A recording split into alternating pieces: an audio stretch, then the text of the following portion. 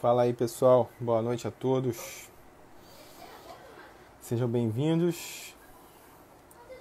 Hoje, terça-feira, dia 19 de maio. A gente vai receber o convidado, o médico, o Dr. Rafael Andrade, meu xará. Um grande cara que está batalhando muito aí nessa linha de frente, no Hospital de Bom Sucesso, no combate à Covid-19. Essa semana a gente vai ter também lives amanhã, quinta e sexta. Amanhã sobre educação, quinta sobre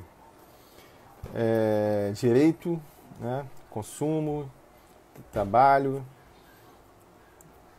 E na sexta-feira a gente vai falar um pouquinho sobre o confinamento, né? Com uma psicóloga. Boa noite a todos. Boa noite, Denise. Ô, Rafael. Boa noite, Rafa. Tudo bem? E aí, meu xará, como é que você tá? Como é que você tá? Tudo em ordem? Inteiro aqui, todo mundo tá inteiro, cara. Estamos inteiros. Estamos seguindo inteiro também. Essa correria não tá fácil não, mas a gente tá aí. Eu te agradeço pelo convite, cara. Nada, eu que te agradeço pelo pouquinho. seu tempo, que eu sei que você, pelo menos 3 vezes na semana, tá lá em Bom Sucesso, né? Na Isso, guerra. 3 vezes na semana no mínimo, né? Fora as outras idas eventuais por lá para dar um suporte. Mas é um prazer, eu queria hospital na minha casa, então a gente faz isso com muita alegria. Quem se forma em área de saúde geralmente já recebe algum chamado ali que, olha, eu vou para essa área porque... Cara, na verdade, a grande questão é que o hospital em si, né, o hospital de Bom Sucesso é a minha casa, foi lá que eu me formei, foi lá que eu tive toda a minha vivência, como médico, foi dentro do Hospital Federal de Bom Sucesso, onde eu aprendi, onde eu fiz a minha residência, então eu tenho sempre a vontade de devolver ao Hospital de Bom Sucesso tudo que ele me deu, né, Isso é toda essa importante. experiência e tal. Bem legal. Vamos lá, você está com quanto tempo de formado e quando é que você resolveu que queria ser médico? Primeiro, para a gente começar, só para contar um pouquinho da tua formação aí para todo mundo. Olha, eu vou te dizer que resolvi ser médico lá na 7ª série do colégio. Pode parecer brincadeira, mas não é não. Desde muito novo, quando a gente, dentro da matéria de ciências, né, aprende sim. um pouquinho de corpo humano e tudo mais, eu comecei a estudar isso e me apaixonei pela matéria em si. Então, eu sempre falei que queria fazer medicina. Sou de família de dentistas, então, na verdade, a minha família toda é da área médica. Então, eu sempre tive... Da área da saúde em si, na verdade. Né? Então, eu sempre tive a vontade de seguir por esse caminho da área da saúde e a medicina. Cheguei a ficar bastante dúvida se fazia odonto ou se seguia pela medicina. Mas aí, no vestibular, me entreguei à minha vontade e fiz medicina. Formei em 2009, ou seja, tenho quase 11 anos de formado. Então, no final do ano agora, no final do ano faço 11 anos de formado. E aí, logo na sequência, eu comecei a residência de cirurgia geral no Hospital Federal de Bom Sucesso. Fiz 2 anos de residência de cirurgia geral. Depois fiz um 3º ano de residência, que é uma segunda residência, na verdade, que é em videolaparoscopia, cirurgia minimamente invasiva. E aí, e desde então, passei a atuar lá desde que terminei a residência, como rotina, como staff da rotina da 2ª Clínica Cirúrgica do Hospital Federal de Bom Sucesso. Então, lá eu... Ou seja, está 10 anos lá. 10 anos no hospital, exatamente. Tudo que eu vivi na medicina foi dentro do Hospital Federal de Bom Sucesso. Então, Você sabe que em 2013, eu estava no meu primeiro ano de mandato, eu tinha uma viagem programada para o meio do ano, né? Uhum. E descobri, né, que fui sentindo enjoo, fui sentindo dor, descobri que estava cheio de cálculo na vesícula. Nossa. Comi aquela pizza gostosa, comi aquele hambúrguer. Aí tive que cancelar a viagem, né? Ia fazer uma viagem, cancelei a viagem para poder fazer a minha operação. Foi por vídeo, né? Fiz, deu tudo certo. A vesícula foi embora. A vesícula foi embora, a gente se adapta sem ela. E fica muito, muito melhor sem. Fez 7 anos, então, que eu fiz essa cirurgia. Foi, assim, que eu lembro, assim, talvez a única cirurgia que eu fiz Foi mais... Graças a Deus, não precisei passar por nenhuma cirurgia. Embora cirurgião, eu tenho um medo de cirurgia. Imagina! É igual Mas isso é normal, todo médico eu sou dentista de formação, mas para ir para dentista é meio... Ainda bem que eu nunca precisei também de um procedimento assim, muito invasivo. O máximo que foi feito comigo foi a remoção dos meus sisos, né? Sim. Cirurgia e tal, menor. É, uma cirurgia. Mas o restante é mais o atendimento básico, né? Que eu faço muito aí com meus amigos, o Léo, o Altiero ou o André, dois amigos aí que sempre que eu preciso, vou lá no teu consultório. Eu também fico, né? Eu ligo para meu irmão, eu ligo para minha irmã, enfim. Você tem um monte aí. A minha mãe só tem criança, então eu consigo correr dela, mas não tem jeito. Pediatra. Pô, irmão, preciso da tua ajuda, me salva aí. E aí o Gui bacana. Me atende.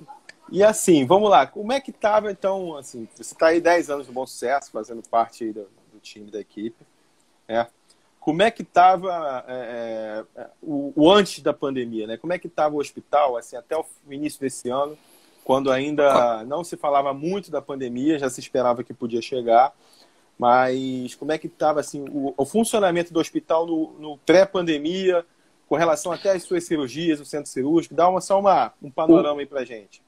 A cirurgia geral do Hospital Geral de Bom Sucesso, na verdade, ela é prioritariamente oncológica. O que a gente... Eu vou te dizer que vou chutar um número, mas diria que em torno de 90% da enfermaria são pacientes oncológicos. Então, a gente lida com esse tipo de paciente, com doenças complexas, todo dia. O hospital ele sempre oscilou em termos de organização, de investimento. Então, tivemos inúmeros bons momentos, mas também tivemos momentos bem complexos. Mas é óbvio que nada se compara a esse momento que a gente está vivendo, porque, na verdade, o sistema público de saúde, de uma maneira geral, a gente sempre viveu naquele limiar ali do colapso, vamos dizer assim. Sempre uma demanda muito grande de pacientes e a possibilidade de ajudar essas pessoas era complicada. Não conseguíamos atender todo mundo, mas a gente conseguia funcionar e ajudar muita gente lá, né? Tem uma média assim, que você possa dizer de quantas cirurgias se fazia ali mais ou menos por mês, sei lá? A gente fazia em torno aí de, pelo menos, cirurgias oncológicas, isso sem contar as cirurgias benignas também. Sim. Né? Então a gente fazia aí pelo menos 40, 50 cirurgias oncológicas mês. Certo. E aí, só que aí veio essa pandemia, né? Ninguém estava esperando. Eu acho que é uma situação que acho que nenhum profissional de saúde imaginou viver isso. Esse caos, assim, essa quantidade de pacientes, uma doença que ninguém conhece. Atípico pra gente, a gente via em filmes, mas não imaginava que ia se deparar com essa realidade. Exatamente. E aí a gente viu acontecer na China, mas era tão longe, aí você não consegue imaginar que isso vai chegando tão perto, e à medida que de fato essa doença chegou no Brasil, se imaginarmos que aí em 3 meses, olha o que vivíamos, olha o que estamos vivendo hoje. Exato. Então, assim, é uma situação que ninguém esperava, que ninguém imaginou viver isso dentro da medicina. Então, o hospital, óbvio, sempre com alguns problemas, todo setor público, né? Todo setor público, a gente sabe. E aí, lidar com um volume de pacientes tão grande, com uma complexidade tão grande de pacientes, isso gerou realmente um colapso do hospital em si. O hospital passou aí por um momento de ser a referência, mas, enfim, por questões de organização, questões políticas dentro do hospital, as coisas demoraram a acontecer. Hoje, o hospital já consegue receber mais pacientes, ainda com inúmeros problemas, né? Mas... principalmente problemas de RH, de médicos, de técnicos de enfermagem, de enfermeiros. Uma coisa que a gente percebeu é que muito se fala que os hospitais têm leitos que estão fechados e tudo. Só que às vezes não é nem a questão do equipamento, é a dificuldade de conseguir o RH, né? Para conseguir operar o leito. Você não adianta você tem um setor com 15, 20 leitos. Mas você tem equipamento ali para atender aquele setor, mas se você não tem profissionais para atender, infelizmente, são 20 leitos Sim, fechados, são 20 leitos que não estão funcionando. Então, eventualmente, isso na verdade aconteceu, ficaram inúmeros leitos vagos, esperando RH, esperando equipamento. Os equipamentos foram chegando, os equipamentos de proteção individual para os profissionais. E aí, mas, enfim, ainda está se adaptando, ainda está buscando uma melhor, sim. uma composição melhor desse do corpo A, clínico do hospital. a partir de quando que o hospital começou realmente assim, a ter mais condição de receber os pacientes da Covid-19? Tem um mês, mais ou menos? 20 Um mês, dias? mas começou de Meados de fato abril, assim? meado de abril, exatamente. Foi quando de fato o hospital começou a receber esses pacientes. Muitos setores foram abrindo aos poucos, né? Então começou com um setor, depois foi abrindo um outro e à medida que os pacientes, inúmeros outros hospitais lotados, Sim. precisando, a gente com um monte de leito, nada mais justo do que abrirmos esses leitos para receber esses pacientes. E aí a direção conseguiu, de alguma maneira, ali se organizar. Nós, especialistas, que não somos médicos clínicos, vamos dizer assim, Sim. tiramos a Tirar uma veste camisa, de especialista o e vamos pijama embora. tiramos o pijama do centro cirúrgico, vestimos o Como é que foi estetoscópio, fomos atuando. como é que foi essa parte então inicial de, assim, talvez a direção do hospital juntar vocês ali especialistas, né, no seu caso cirurgião geral e outros que porventura Hum. estão ali também, até o momento que eles chegaram, ó, vou precisar de todo mundo aqui na linha de frente para a gente começar É, aí a atuar. isso, de certa maneira, a gente já imaginava, né? Pelo menos eu falo pela minha equipe cirúrgica, os cirurgiões que compõem a segunda clínica cirúrgica, a gente já imaginava que isso iria acontecer. Eu acho que todo profissional que trabalha em um hospital público sabe que isso vai acontecer. Se ainda não estiver atuando na linha de frente, em algum momento vai atuar. Porque a demanda é muito grande. Então, a gente já imaginava que isso ia acontecer. A direção, à medida que as enfermarias cirúrgicas foram se tornando enfermarias para receber os pacientes da doença, né, da Covid, a direção veio solicitando a gente para que encarássemos de frente essa nova realidade e a gente, como equipe, prontamente atendeu e estamos nessa pegada aí. É, Trabalhosa, mas... é, Né? imagina. Aí ia perguntar o seguinte, né? Como é que tá ali? Vocês são uma equipe grande, tem vários profissionais de saúde envolvidos. E, pelo que a gente acompanhou, é natural que boa parte desses profissionais, conforme foi passando ali o tempo de atuação na linha de frente, obviamente vários adoeceram, vários começaram a ficar fora de combate, né? Como é que foi lidar com É, essa situação de ver, assim, primeiro você, né, pelo que a gente viu, você tá, até hoje você está inteiro aí, tô não inteiro. teve que passar por isolamento para ficar Não. né, em quarentena, aí, sei lá. Mas como é que foi, assim, essa coisa de ver, assim, alguns amigos, alguns profissionais direto ali, poxa, começando a ficar com sintoma? Isso é realmente um outro problema sério dessa doença, né? Ela, além de agredir muito o paciente que está acometido, ela agride de uma certa maneira todo o sistema de saúde, né?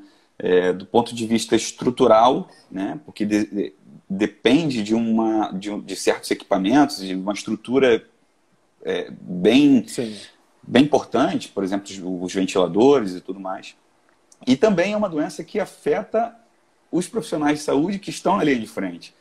Então, a gente já sabe que existe um déficit de profissionais no sistema público de saúde, de uma maneira geral, e no Hospital de Bom Sucesso não é diferente.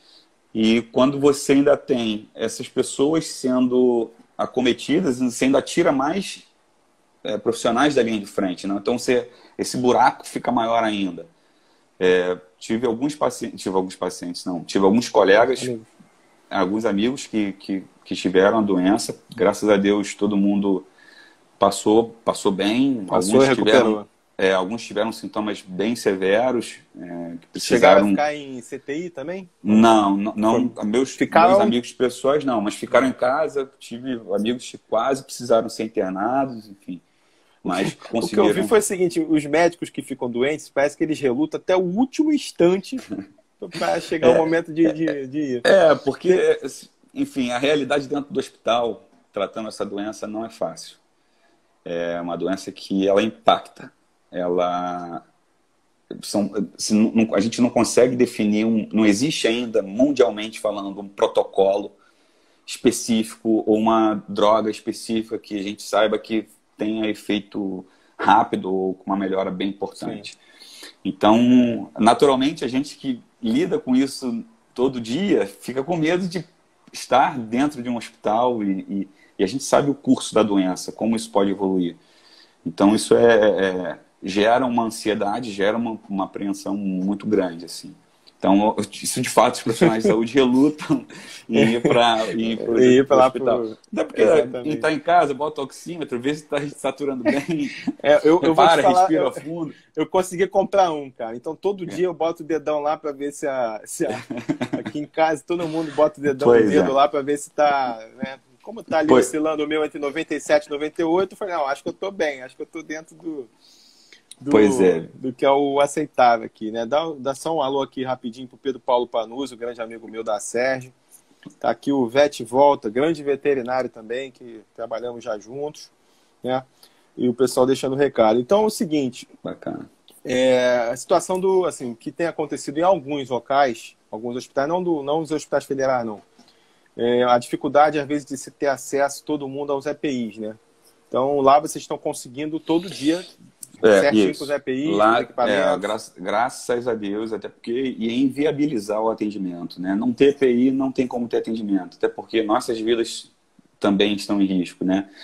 Estão em jogo. Então a gente precisa ter pelo menos um material básico para atender. Hoje, no hospital, a gente tem um EPI, a máscara N95, máscara cirúrgica, os capotes para a gente examinar os pacientes, óculos de proteção, aquele shield, né? Aquele face shield, né? Isso. Então, isso é disponibilizado pelo hospital. Espero que durante toda a pandemia a gente consiga ter acesso a esses APIs. Entendi. Assim, que você tem começado a ver lá, como é que é assim? As pessoas que chegam, a gente escuta muito falar e lê dos sintomas, né? Como é que é lidar com esses sintomas? O que tem sido mais evidente assim nesse...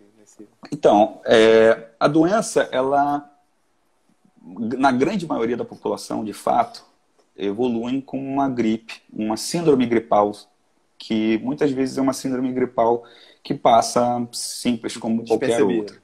Despercebida. Passa levemente percebida. Muitos pacientes não têm sintomas nenhum. Muitos pacientes ficam completamente assintomáticos, só sabem que tiveram se fizerem o teste, se não fizer, não sabe que teve.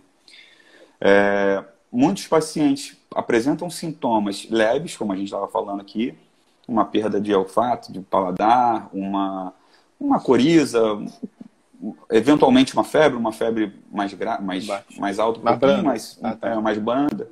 Então, depende, sim. Mas à medida que essa doença evolui ou que a gente sabe que existem os fatores de risco, existem os pacientes que estão incluídos nesses pacientes que podem evoluir com uma maior gravidade, a gente tem que sempre ficar atento. Porque essa doença ela pode evoluir com maior cansaço, uma prostração, o paciente fica sem vontade de levantar da cama, sem forças para levantar da cama. Isso foi exatamente essa expressão que eu ouvi de algumas pessoas. Eu não conseguia sair da cama para beber uma água ou para sentar para comer alguma coisa. Saía do quarto para a sala, parecia que tinha feito uma maratona. Então, muitos pacientes... Isso, então, é muito evidente, né? Se está com esse sintoma, assim, considera que né? Não vai ter o teste, às vezes, para fazer, mas considera que é. Exatamente. Assim, na verdade, hoje em dia, como a gente não consegue testar todo mundo, se apresentou síndrome gripal, idealmente, se afaste, fique em casa e se mantenha lá até isso resolver. Idealmente por 14 dias, se não tiver como fazer. Principalmente se tiver tido contato com alguém suspeito ou que de fato tenha confirmado. Se teve contato com alguém ou você começou a ter suspeita de que os sintomas podem levar a isso, quarentena de 14 dias, é isso? 14 dias, exatamente. Isolamento de 14 dias, exatamente. E aí Diga, ia perguntar. Não, é que as pessoas, às vezes, eu li também o seguinte, a questão dos termos, né? Que a gente usa isolamento, confinamento, quarentena. Distanciamento, isolamento. Dá um, assim, tecnicamente, explica pra gente o que é o correto. Para que todo mundo saiba também. O isolamento, o distanciamento, a gente, é o que a gente, É o tal do é o que a gente está fazendo agora. É o que a gente está fazendo. Distanciamento social. Aqui a gente chama de isolamento, mas na verdade é um distanciamento social. Exatamente. Quarentena é esse período, né? Quarentena é o período. Distanciamento é você ficar distante das pessoas, de fato. O isolamento é quando você precisa ficar isolado, inclusive dentro da sua casa. Você está dentro do seu... Alguém que esteja com suspeita ou esteja confirmado, ou uma suspeita forte, né? Você fica em isolamento dentro de casa. Está dentro do seu quarto, recebendo... Você evita circular pela casa, evita ter contato com as outras pessoas da família. Esse é o isolamento, entendeu? Quarentena, sim, é o período. Então, é isso. Beleza, só para a gente conceituar aqui, né, e não trocar mais as bolas.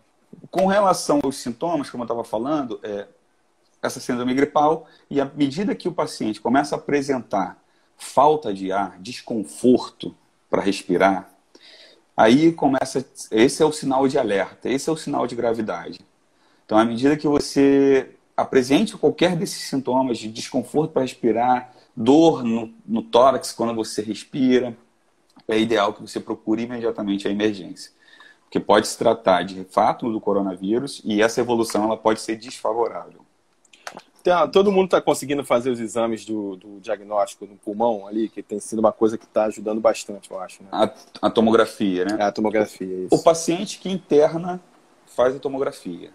Então, assim, quais são os pacientes que internam? É aquela pessoa que tem a síndrome gripal, que evolui com um desconforto respiratório, que coloca o oxímetro na admissão no hospital e tem uma saturação mais baixa do que o normal, então abaixo de em torno de 90. A saturação normal ela fica em torno de 98, 99, 100%.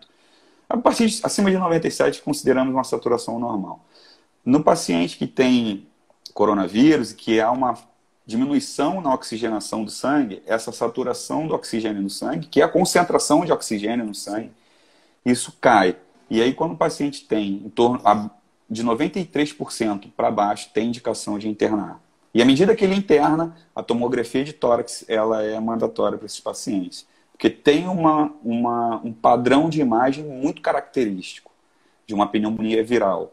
Então, mesmo que não tenha o teste, tenha feito o exame, o resultado já do exame do coronavírus, mas você tem uma clínica sugestiva, você tem uma imagem suspeita. Então, já é colocado como Covid suspeito e é tratado como tal, né?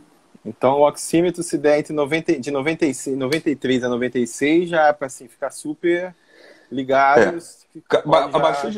Abaixou de 96, já fica ligado.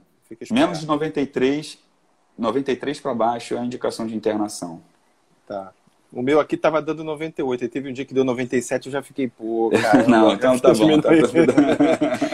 Você puxou o ar mais forte. A gente está nessa situação, a gente fica... Qualquer coisa é motivo, né? Alguém até perguntou aqui essa coisa de ansiedade, de estresse, de já esperar que... como é que vai diferenciar assim, uma angústia de uma situação real, né? Isso realmente... isso é muito difícil. Isso é muito difícil. Você está vivendo num momento de estresse. Pessoas próximas de você que ficaram doentes e que muitas vezes evoluíram para uma internação ou até mesmo evoluíram mal. E aí você começa a ficar com uma febre, essa ansiedade já te gera, de fato, uma sensação de falta de ar. Mas é importante a gente manter a calma e tentar entender o que o nosso corpo está nos dizendo. E se ainda assim achar que é um desconforto, vai ao hospital. Sim. Não deixe de ir. Aí é o momento de receber o atendimento de quem conhece, de quem está ali, né, igual vocês. Exatamente. Exatamente. Alguém está comentando aqui se alguns hospitais já estão fazendo gasometria, ATC de tórax antes da internação. Talvez os hospitais particulares, né? Os públicos. Não faz. Não faz. Não sei nem se os particulares estão fazendo também, porque as redes particulares estão lotadas de gente. Exatamente. Eu acredito que não. Eu não estou atuando na emergência de hospital particular. Na verdade, nem em Bom Sucesso eu estou na emergência, né? Eu já recebo esses pacientes, mas como eu estou lá, eu sei como é esse protocolo de entrada. E nos hospitais públicos funciona assim. Nos privados eu não sei exatamente o que tem se feito, mas até onde eu sei, não tomografa todo mundo, não. Até porque não tem por que você ter um custo tão elevado, colocar o paciente a uma exposição à radiação tão grande, com um sintoma brando, que mesmo que seja, o tratamento ele pode ser em casa. Mesmo que seja o coronavírus, o tratamento é em casa. A tomografia ela não diferencia de quem tá muito grave ou não.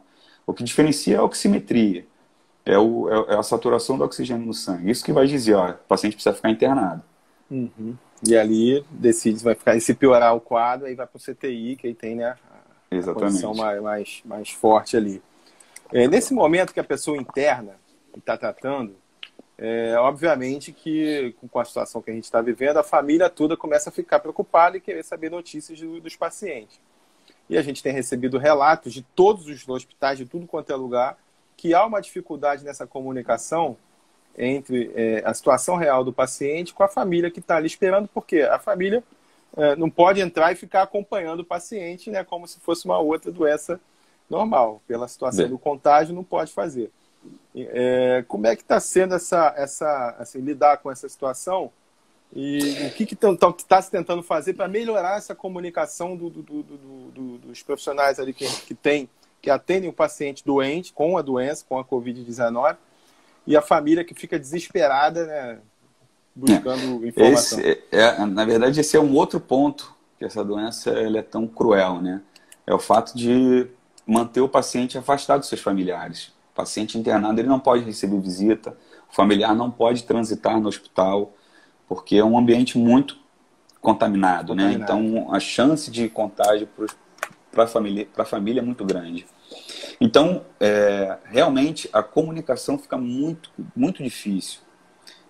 Quando o familiar pode estar no hospital, você conversa diretamente, tem os momentos de visita, os médicos conversam e as coisas ficam mais esclarecidas. Então, o que funciona lá no Hospital de Bom Sucesso é uma central, vamos dizer assim, que se chama CAL, em que nós médicos, quando passamos visita no paciente, evoluímos, liberamos as prescrições e fazemos um resumo do que aquele paciente apresentou nas últimas 24 horas e quais são as próximas expectativas para ele, o que a gente espera de evolução e de tratamento. Se vai fazer algum exame ou não, se está aguardando algum exame ou não. Então a gente faz aquele resumão e envia isso para o e-mail da CAL, né, dessa central, que lá tem alguns profissionais, alguns médicos, inclusive, estão lotados nesse setor para que eles entrem em contato com os familiares e passem todas as informações. Mas a gente sabe que muitas vezes a rotina da enfermaria ou do CTI ou do qualquer lugar que o profissional esteja, muitas vezes ela é muito árdua, muito pesada, e aí você precisa ter um tempo para você enviar essa informação, e aí se atrasa a informação, acaba atrasando para a família. Então, isso é um pouco difícil. Não é ainda está simples. Sendo assim, está tentando fazer, um desafio. Mas ainda não está conseguindo encaixar uma rotina que seja perfeita, né? No caso, não ainda existe. Tem as suas falhas nessas exatamente, né? Exatamente. A gente tenta sempre liberar logo essas informações para que o profissional responsável pelas ligações, que vai contactar as famílias, ele leia também antes, entenda um pouquinho do caso, e aí entra em contato para passar. Mas às vezes é difícil, nem sempre a gente consegue manter o horário certinho, porque às vezes um paciente precisa mais, precisa de uma atenção maior, às vezes isso pode acontecer. Eu e a minha equipe, a gente vira e mexe e recebe, né, assim, o desespero de um familiar que está precisando de uma informação, fala, pô, não estou conseguindo no hospital tal informação sobre o meu familiar, meu parente, meu irmão, sei lá, o paciente, pô, vê se você, por favor, me ajuda. Então, e a gente, às vezes, assim, tenta fazer um contato no sentido de só para saber mesmo, porque a pessoa, quando ouve, mesmo, né, quando ouve de alguém, não, a situação dele é essa, né, isso dá um alento ali, né? Não, total. É uma situação... Isso realmente faz a diferença, a gente sabe que faz diferença para a família fica muito perdida, sem ter noção do que está acontecendo. E ainda mais por ser uma doença que ela tem uma evolução muito rápida. Sim. O paciente pode estar muito bem, daqui a pouco ele ia perguntar isso agora, Rafael, assim, o que a gente lê também, né, mas queria saber de você que está ali de frente, você já viu alguém que está numa evolução mais ou menos razoável, de repente deu uma piora absurda de um momento para outro ali? Existe, né? existe. Na verdade, o paciente, quando ele já chega, ele é internado, ele já demanda um cuidado. Então, a gente já imagina que ele precisa de uma atenção maior. Mas o problema é que esses pacientes ele têm uma dificuldade de oxigenação muito grande por inúmeras questões fisiopatológicas, mas que às vezes um pequeno esforço que ele faça, seja um esforço para sentar e comer, seja um esforço para virar de lado no leito, ou então para levantar para ir ao banheiro, para tomar um banho, ou até mesmo um banho no leito pela própria equipe de enfermagem, esses pacientes eles descompensam do ponto de vista de oxigenação. E esse é o grande problema. Muitas vezes eles descompensam, mas a gente inicia as medidas e eles recuperam, voltam à estabilidade, e muitas vezes não. São pacientes que inflamam, têm uma inflamação muito grande. Então, isso demanda um cuidado maior. Então, às vezes você tem um paciente que num dia está bem, no outro dia a evolução não tá indo bem, no outro dia piora um pouquinho, precisa de um suporte de oxigênio maior. Enfim, tem muita gente ficando boa, tem muita gente saindo. Assim. A gente tem que ter cuidado para também não achar que é tudo um desespero, tudo caos, uma catástrofe. Não, pelo amor de Deus, eu não estou aqui para fazer isso, mas precisa de um cuidado, com certeza. Mas muita gente está recuperando. Está recuperando, exatamente. E acho que isso só mostra, assim, Rafa, a quantidade de pessoas infectadas também, né? Que muita gente fica ruim, muita gente morre, mas tanto de gente que se recupera. Então, ou seja, realmente o contágio é algo, assim, exatamente. Né? A infectividade dessa doença é muito grande, né? Desse vírus é muito grande. Então, muito facilmente você passa de um para o outro. Então, por isso que é tão importante o distanciamento. Por isso que é tão importante ficarmos em casa.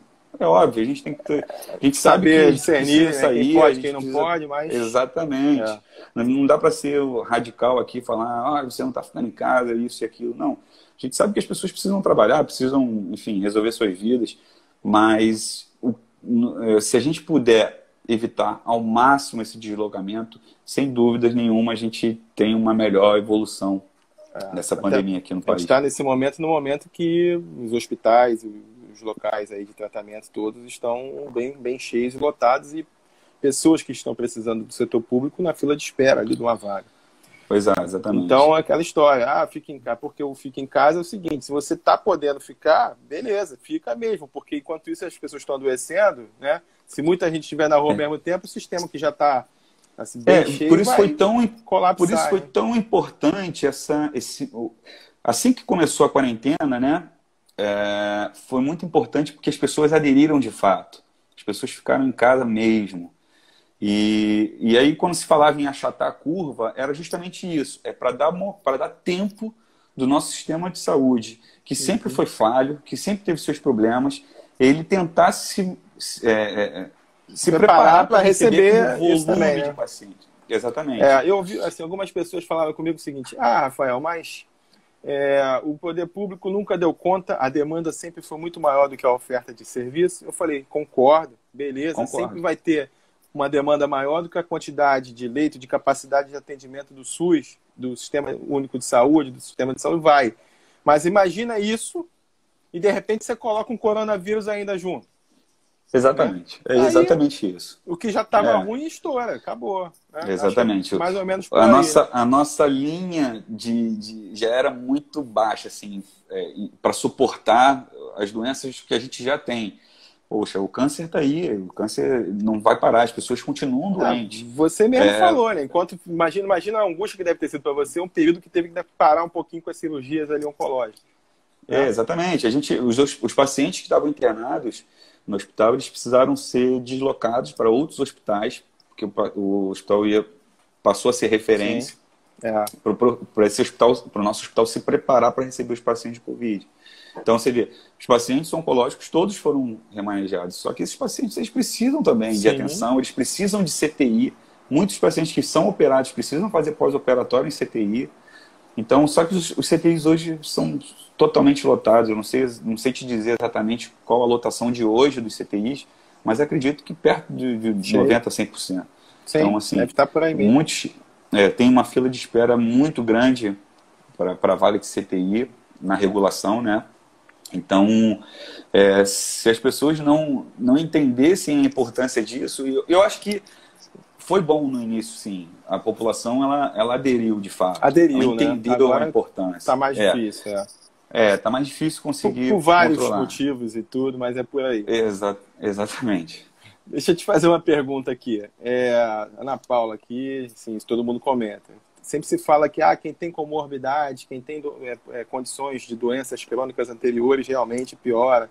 Muitas pessoas que eu li assim, que tiveram uma piora súbita e vieram, faleceram, tinham obesidade, tinham algumas condições clínicas que talvez tenha sido uma predisposição para ficar pior. Isso realmente, quais condições clínicas que, pelo que você está vendo ali, que são as que realmente estão fazendo as pessoas ficarem ainda piores, né?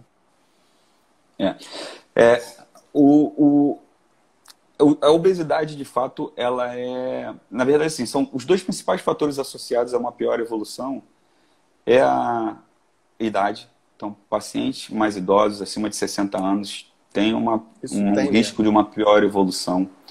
E a obesidade, ela se mostra como o segundo principal fator associado a uma pior evolução. Então, e a gente já está falando de um paciente, de uma doença, a obesidade, uma doença que é uma epidemia que vivemos, na verdade é uma pandemia no mundo inteiro. A obesidade, ela afeta aí milhões de pessoas no mundo inteiro, mais de 700 milhões de pessoas. Então, a gente tem que entender que quando você tem uma doença tão importante como a obesidade, que gera inúmeras disfunções no organismo, e você ainda associa isso uma doença viral, inflamatória, que traz uma doença imunológica tão grande, de fato a evolução não é nada favorável. E aí a gente tem ainda alguns fatores, como os pacientes oncológicos também, pacientes diabéticos, muitas vezes associados à própria obesidade, pacientes hipertensos, que muitas vezes também estão associados à obesidade, os distúrbios de colesterol, enfim. Então, são inúmeras doenças que são fatores de risco. E que grande parte delas está associada também à obesidade. Então, por isso que a obesidade ela se coloca no segundo principal fator de risco para a evolução para a evolução ruim da doença, né? Assim, também teve aqui uma pergunta, Pedro Lima. Não sei se pode responder, porque ninguém sabe ainda que é uma doença nova, mas se é possível pegar 2 vezes a doença. Se quem pegou fica com os anticorpos, ainda não sabe, não tem certeza disso, né? Tudo é muito novo, né? A gente está falando de uma doença que iniciou no final do ano passado na China e que os números são bem controversos, pelo que a gente depois viu na Europa e agora a gente está vendo aqui no Brasil. Nos Estados Unidos também, os números dos Estados Unidos foram bem importantes, assim, bem assustadores. Então, desculpa, a pergunta dele foi... sobre se podia pegar de novo, né? Ficou doente, recuperou, se pode pegar doente. Não existe estudo, não existe relato de uma reinfecção. Então, muito provavelmente, pacientes que apresentam... que tiveram o contato com a doença, com o vírus, na verdade, tendo a doença ou não, podem ter sido os portadores assintomáticos do vírus. Não há relato de que eles tenham evoluído com um novo contato e uma nova infecção. Então, a princípio, o que se entende é que há uma imunidade permanente para o vírus. Aí não se sabe se ela fica para o resto da vida ou se, por exemplo, uma vacina, se vai precisar revacinar. Exatamente. Aí, você até entrou no caso da vacina. Você está acompanhando essas coisas de testagem de vacinas, terapia por anticorpos? Estou acompanhando. Na verdade, tem mais de 100 vacinas, mais de 100 estudos, né, de vacinas acontecendo no mundo inteiro. 3 estudos estão mais à frente, estão comandando aí estão na ponta aí desse desenvolvimento da vacina.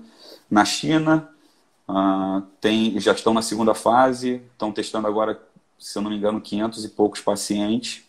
Eles fizeram um teste numa amostra menor e agora estão testando 500 e poucos pacientes. Tem um estudo da Universidade de Oxford, no Reino Unido, né? Na Inglaterra, que estão testando agora 1.500, se não me engano também. 1.500 pacientes estão sendo testados. E tem o estudo, agora nos Estados Unidos, que foi noticiado ontem, né? Que fizeram um teste em 8 indivíduos, a resposta foi bem positiva, e agora vão iniciar a testagem num número maior de pacientes. Então, são resultados animadores, a gente espera que isso evolua aí o quanto antes, que esses números melhorem cada vez mais, mas a gente sabe que talvez para essa pandemia ainda não tenhamos não vai dar tempo, né? Não vou ter tempo suficiente para... Não dá para ficar tudo fechado aguardando a vacina eternamente, né? Exato. Mas a gente tem que entender também que o vírus ele não vai sumir. A gente está em pandemia, mas esse vírus ele vai continuar circulando entre a gente. Muitas pessoas já vão ter imunidade porque contraíram doenças. Esperamos que muitas pessoas tenham imunidade por conta da vacina, né? A gente tem o exemplo do H1N1, uma doença que aconteceu em 2009. Foi também um surto importante da doença. Muitos pacientes... eu estava me formando no início de 2010 e eu trabalhava em CTI, eu vi pacientes também evoluindo muito mal por conta disso.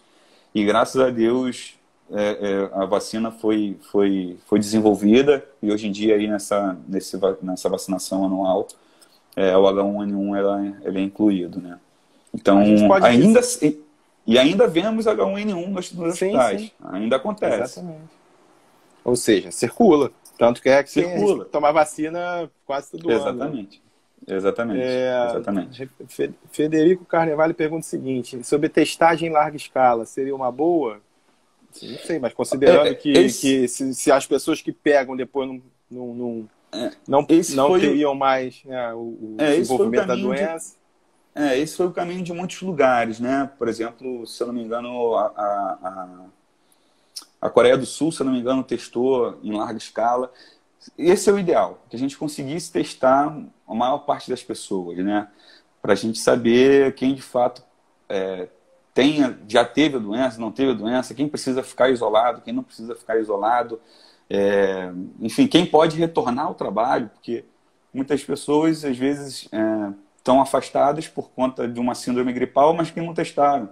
E aí se faz um teste negativo, volta para a linha para o trabalho, né? Principalmente profissionais das áreas da saúde, segurança, enfim. Então, a testagem é muito importante por conta disso. O ideal é que fosse testado o maior número de pessoas possível. A gente só tem um problema com os testes, agora respondendo assim, complementando, porque no início da pandemia o governo federal chegou até a anunciar que ia conseguir 10 milhões de testes, mas não vieram. Essa quantidade não chegou. E agora, no caso aqui do Rio, a Prefeitura do Rio fez até um convênio com as farmácias para que elas, pudessem testar toda aquela, as farmácias vão poder testar, mas tem que cumprir os protocolos lá de segurança e tudo, só que a testagem, ela parece que ela é cobrada, né?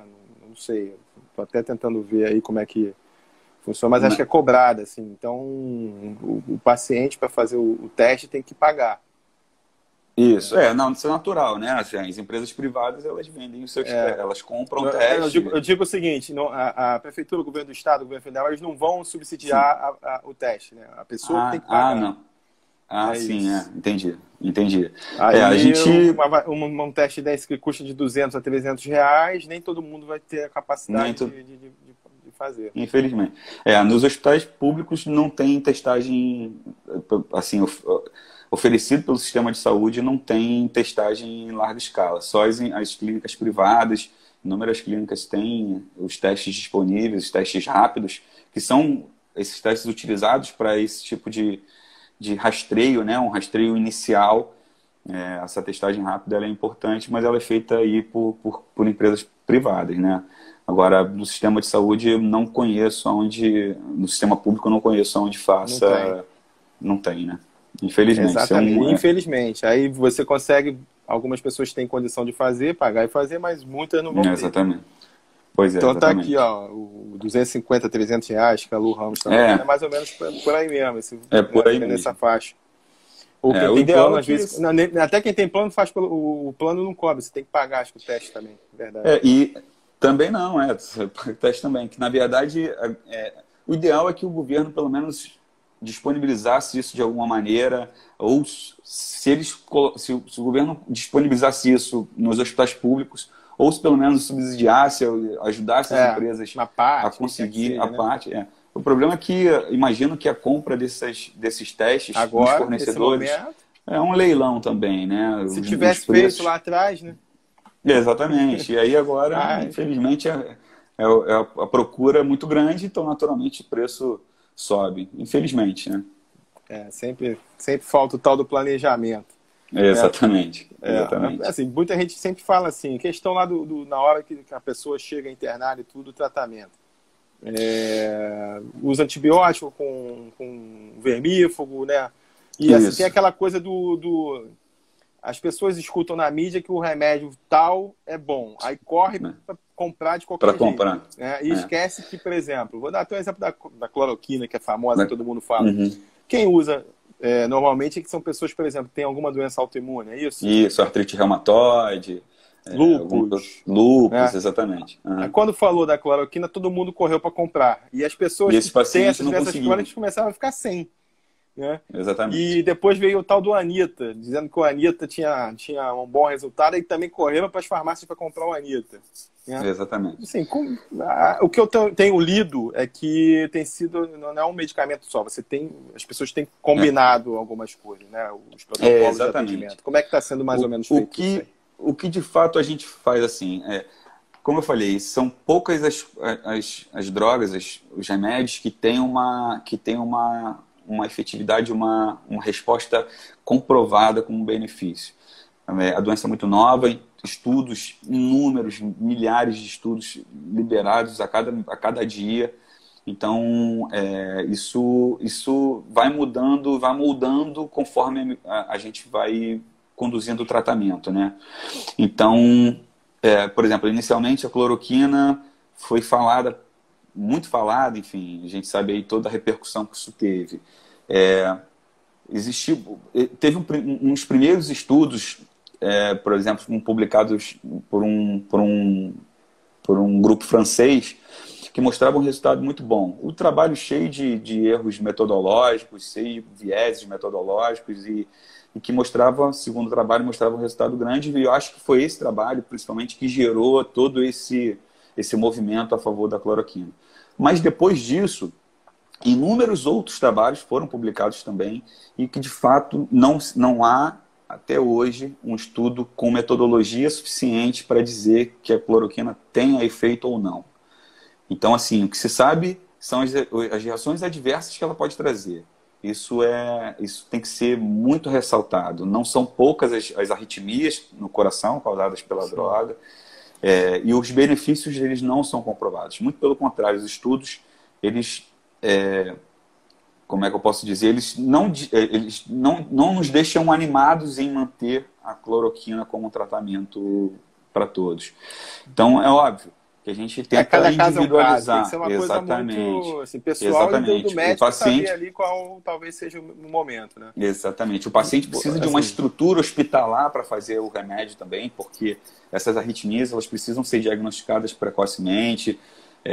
Então, assim, tem toda uma estrutura que precisa acontecer para que você faça o uso dessa droga, mesmo que não tenham grandes benefícios ainda publicados na literatura. Né? Agora, o que a gente faz é realmente iniciar antibióticos já de imediato, porque essa doença ela pode evoluir com uma infecção secundária a uma primeira infecção viral. Então, a gente inicialmente tem uma pneumonia viral, né? E depois ela evolui com uma pneumonia bacteriana. Então, inicialmente, a gente já iniciou antibiótico. Muitos antibióticos eles também ajudam no ponto de vista imunológico. Então, tem uma imunomodulação causada pelo antibiótico, isso também é favorável. O suporte de oxigênio, fundamental. O corticoide tem se falado muito, tem se visto que essa doença ela tem uma evolução por conta de uma resposta imunológica muito grande do organismo. É como se essa resposta fosse tão exacerbada que começasse a agredir o próprio organismo. E aí o corticoide ele atua nesse sentido.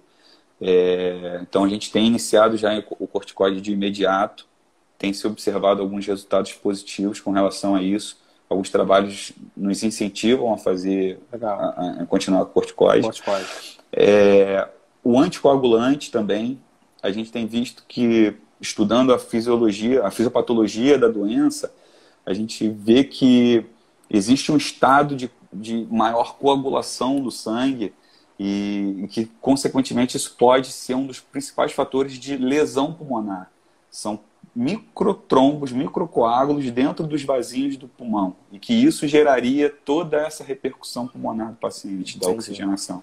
Então, de imediato, a gente também já inicia o anticoagulante. Então, assim, de uma maneira geral, é o que é utilizado. Isso. Antibiótico, anticoagulante e corticoide, que aí você segura ali, pelo menos o paciente está naquela situação. A gente também faz o vermífugo, né? Faz ivermectina. A ivermectina também está sendo bastante utilizado. Faz também, porque ajuda na... Até porque você está fazendo o corticoide, então é importante que se faça também o vermífugo e ele também ajuda na modulação da parte imunológica mesmo, certo. Enfim. Então, e o paciente tem melhorado bastante com a gente fala em colocar o paciente em prona, né? Colocar ele deitado de bruços. Isso muitas vezes tem melhorado a oxigenação dos pacientes, assim. Legal, principalmente os pacientes mais graves. Bom, fica aí, ó, todo mundo sabendo, né, como é que está sendo mais ou menos construído os protocolos. Isso. E, meu amigo, a gente está quase, assim, falta aí 7 minutinhos, 8 para a gente poder finalizar antes do Instagram cortar a gente. Já dizer que as informações estão sendo super assim, esclarecedoras para todo mundo. E como é que você está conseguindo conciliar? Que você tem o Hospital de Bom Sucesso lá, que você vai no mínimo 3 vezes por semana, mas você tem a tua clínica no Meia, a Sense Vita, que fica na Carolina Meia. Ali é Carolina Meia, que número mesmo? Na Carolina Meia 27. 27. 27. Eu vi até alguém botar aqui, Ana Paula Raimundo, falando que vocês têm até o teste. Temos o teste. Tem teste rápido, disponível, né? lá na clínica, a gente faz a coleta em casa, o teste rápido. E como é que está sendo conciliar e como é que está sendo assim, como é que vocês estão... Como é que está a clínica, né? Como é que está o atendimento, os protocolos de cuidado? A clínica a gente não parou, né? Em nenhum momento. Os pacientes, eles precisam... As outras doenças continuam aí. A gente não podia fechar as portas e esquecer dos outros pacientes que têm acompanhamento, que precisam ser atendidos. Então, a gente ajustou os nossos protocolos para diminuir o risco de transmissão dentro da clínica, do funcionário, transmissão para o funcionário, para os profissionais da casa. Então, a gente faz todas as medidas, né, orientadas pelas normas da Anvisa e pelo Ministério da Saúde. Então, a clínica não fechou. É uma correria também, porque momentos de incerteza, momentos de baques financeiros também, de fluxos de movimentação na clínica menor, mas a gente está fazendo um trabalho bem bacana. A clínica, ela me dá eu sempre tive necessidade, sempre tive vontade de fazer algo mais pela atenção primária. Eu sempre trabalhei no Hospital de Bom Sucesso, por exemplo, e outros hospitais, com a atenção do paciente mais complexo, né? O hospital mais hospitalar, média e alta complexidade, né? Exatamente. Eu sempre senti essa necessidade, e aí meus 2 sócios, um abraço para o Leonardo e para o Rafa também, me ajudaram, outro Rafael, são grandes empreendedores e me ajudaram a tirar esse projeto do papel. E a clínica é uma clínica popular, com preços mais acessíveis mesmo, para a gente tentar oferecer, e a gente consegue isso, graças a Deus, a medicina de qualidade, com profissionais bacanas, com uma estrutura legal para esses pacientes, né? Então a gente seguiu funcionando. Então, extremamente necessários, porque você tem ali próximo o Salgado Filho, né, que precisa de emergência e vai para o SUS. E às vezes tem a dificuldade de um atendimento mais ambulatorial. Quem tem plano vai pegar, às vezes, alguém que plano cubra ali e tal. E tem aquele meio do caminho das pessoas que não pagam plano, mas gostariam de ter o acesso a um local com qualidade e tudo, e você consegue, então, dar conta desse sentido. A gente vê que, na verdade, se a gente parar para pensar e observar os últimos anos, quem mais sofreu foi a atenção primária, né? Quem menos recebeu investimento, quem menos recebeu incentivo foi a atenção primária. Então, isso nos trouxe essa vontade de fazer mais por esse público, né? Por essa... Sim. essas pessoas que precisavam ali do acompanhamento ginecológico, enfim, cardiológico e de diversas outras especialidades. Então, isso foi bacana, assim, nesse sentido. Que bom. Só uma última pergunta aqui, que senão estou vendo aqui que vai reclamar que eu não fiz. Qual a categoria de antibiótico mais utilizada nos protocolos? Olha, o que normalmente a gente tem feito é a azitromicina para tratar a pneumonia por germes atípicos, e temos feito ceftriaxone ou o próprio Cavulim, enfim. Aí a gente vai entrar aqui numa questão muito específica de antibiótico. Eu acho mais que farmacológica. É mais farmacológica, exatamente. Entendi. Exatamente. Não, deixa eu ver se tinha mais uma pergunta aqui, que acho que eu passei agora, já não consegui ver de novo. Em quantos dias sai o resultado do exame de vocês lá, que vocês têm? O nosso exame, o teste rápido, fica pronto em 10, 15 minutos, está liberado. Aí a gente, a gente informa na hora, o laudo enviado em 24 horas, né?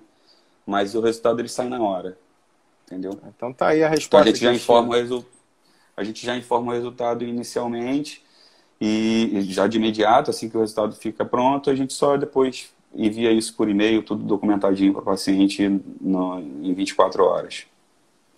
Informação aqui da Carol Santa Teresa, PCR na rede privada, rola o resultado em 2, 3 dias, né? É normal, o PCR é um GG, estudo mais né? complexo. Exatamente. Tá. O PCR e a sorologia são estudos mais complexos que precisam de um tempo maior de análise mesmo. Isso, Entendi. Bom, Rafael, obrigado aí, cara, pelas informações, por a gente poder tentar entender um pouquinho como é que está essa linha de frente com vocês. Desejar todo o sucesso do mundo, né? A gente sabe que você é um cara super dedicado, um profissional exemplar. Desejar todo o sucesso do mundo, se cuida, né? Para que você consiga passar firme e forte aí por todo esse momento difícil que todo mundo está passando. E te agradecer muito, né? E fica aí as pessoas que quiserem mais informações depois de tudo, da clínica e tudo. Só seguir o Instagram do Rafael. O Rafael dele é diferente do meu, que o meu é com F, dele é com PH. Né?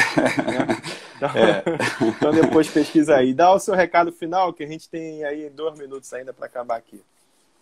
Olha, eu te agradeço, Rafael, a oportunidade de falar um pouquinho mais a respeito do nosso dia a dia. Venho aqui agradecer a todos os profissionais da saúde que estão aí na linha de frente. A gente sabe que não é fácil ver o que a gente está vendo, viver o que a gente está vendo. Tá todo mundo estressado, todo mundo cansado, porque realmente isso extenua, mas eu tenho certeza que está todo mundo empenhado e feliz de poder contribuir de uma maneira mais firme, mais imediata, assim, né? Como é que posso dizer? Então, eu te agradeço por essa oportunidade e a gente espera que isso tudo acabe o quanto antes e que a gente possa retomar nossas vidas. E eu desejo a todo mundo aí muita paz, muita saúde, que as coisas passem quanto antes. É isso aí. Rafael, obrigado, tá? Abraço. Te agradeço, meu amigo. Tudo de bom aí para vocês. Sucesso sempre. Grande abraço. E vamos nos falando. Se precisar, fica com Deus. Aqui. Falou, um abraço. Aí. Tchau. Isso aí, pessoal. Estou aqui terminando a nossa live. Agradeço muito a disponibilidade do Dr. Rafael Andrade, que trabalha no Hospital de Bom Sucesso, que é um dos hospitais que hoje recebe muitos pacientes com a Covid-19. E então a gente agradece por conseguir saber um pouquinho do que é vivenciar esse momento tão difícil na linha de frente do combate ao coronavírus. E então estamos aí pronto para as próximas lives, né?